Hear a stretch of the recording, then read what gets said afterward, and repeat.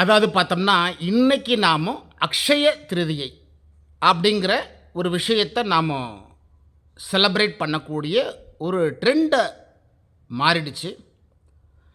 இதே ஒரு 30 வருஷம் 40 வருஷத்துக்கு முன்னாடி இது மக்கள் செலப்ரேட் பண்ண விதம் வேறு மாதிரி இருந்துச்சு.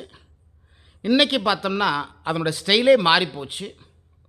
இன்றைக்கி அக்ஷய திருதை அப்படின்னாக்கா நகை கடைக்கு போகணும், கொஞ்சமாவது நகையை நாம் வாங்கிட்டோம்னா நமக்கு ஒரு திருப்தி, நம்ம குடும்பத்தில் சுபிட்சமாக இருப்போம், நிறைய செல்வம் சேரும் அப்படிங்கிற ஒரு கருத்து ஒரு மனசை பதிய வச்சுட்டாங்க, ப்ரமோட் பண்ணிட்டாங்க.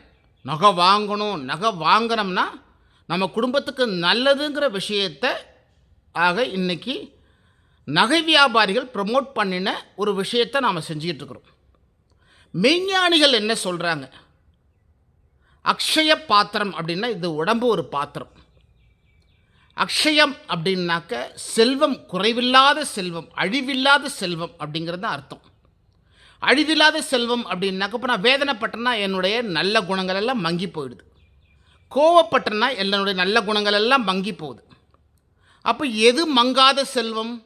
தங்கத்தை போல இருக்கக்கூடியது, வைரத்தை போல இருக்கக்கூடியது அந்த பேராற்றல், இறையாற்றல், அந்த பேரொளி. அந்த பேரொளியை இந்த பாத்திரத்துக்குள்ளே நீங்கள் இன்றைக்கி சேர்க்கிறத, ஃபில் பண்ணுறத நீங்கள் தவறிடக்கூடாது.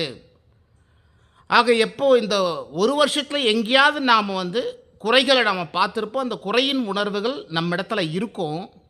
அதை நீங்கள் அந்த குறையை நீக்கி ஃபில் பண்ணுங்கள். எதை ஃபில் பண்ணுறதுக்கு? அந்த பேராற்றலை இந்த பாத்திரத்துக்குள்ளே அக்ஷயமான உணர்வுகள், அழிவில்லாத உணர்வுகள் நாம் ஃபில் பண்ணும்போது என்னவாகுது? தங்கத்தை போல என் மனசு மங்காமல் இருக்கும், என் சொல் வைரத்தை போல ஜொலிக்கும், என் செயல் பார்த்தோம்னா புனிதமாக, தங்கத்தை போல புனிதமாக இருக்குங்கிறத தான் இந்த பண்டிகையினுடைய நோக்கமே ஒழிஞ்சி நகை கடைக்கு போய் தங்கத்தை வாங்கி வீட்டுக்குள்ளே லாக்கரில் வச்சு காணா போச்சுன்னா ஐயோ காணா போச்சு காணா போச்சுன்னு சொல்கிறதுக்கும், கஷ்டம் வந்துச்சுன்னா எடுத்துகிட்டு போய் அடக வைக்கிறதுக்கும், நம்முடைய மனசை இன்னும் நமக்குள்ளே பரிதவிக்கக்கூடிய அந்த விஷயங்களை உருவாக்காமல், எப்பொழுதுமே இந்த பாத்திரத்தில் எப்பொழுது எது நிறைஞ்சிருக்கணும்? அந்த பேராற்றலினுடைய செல்வம், அழிவில்லாத செல்வம் நமக்குள்ளே நிறைஞ்சிருக்கக்கூடிய இந்த பண்டிகை நமக்கு உணர்த்துது. இந்து மதத்திலையும் ஜெயின மதத்திலையும் இது உருவாக்கப்பட்ட பண்டிகையாக இருந்தாலும் மெய்ஞானிகளுடைய தத்துவ கூற்று இதுதான் அப்படிங்கிறத நம்ம புரிஞ்சு அதன் வழியில் செயல்படுவோமா?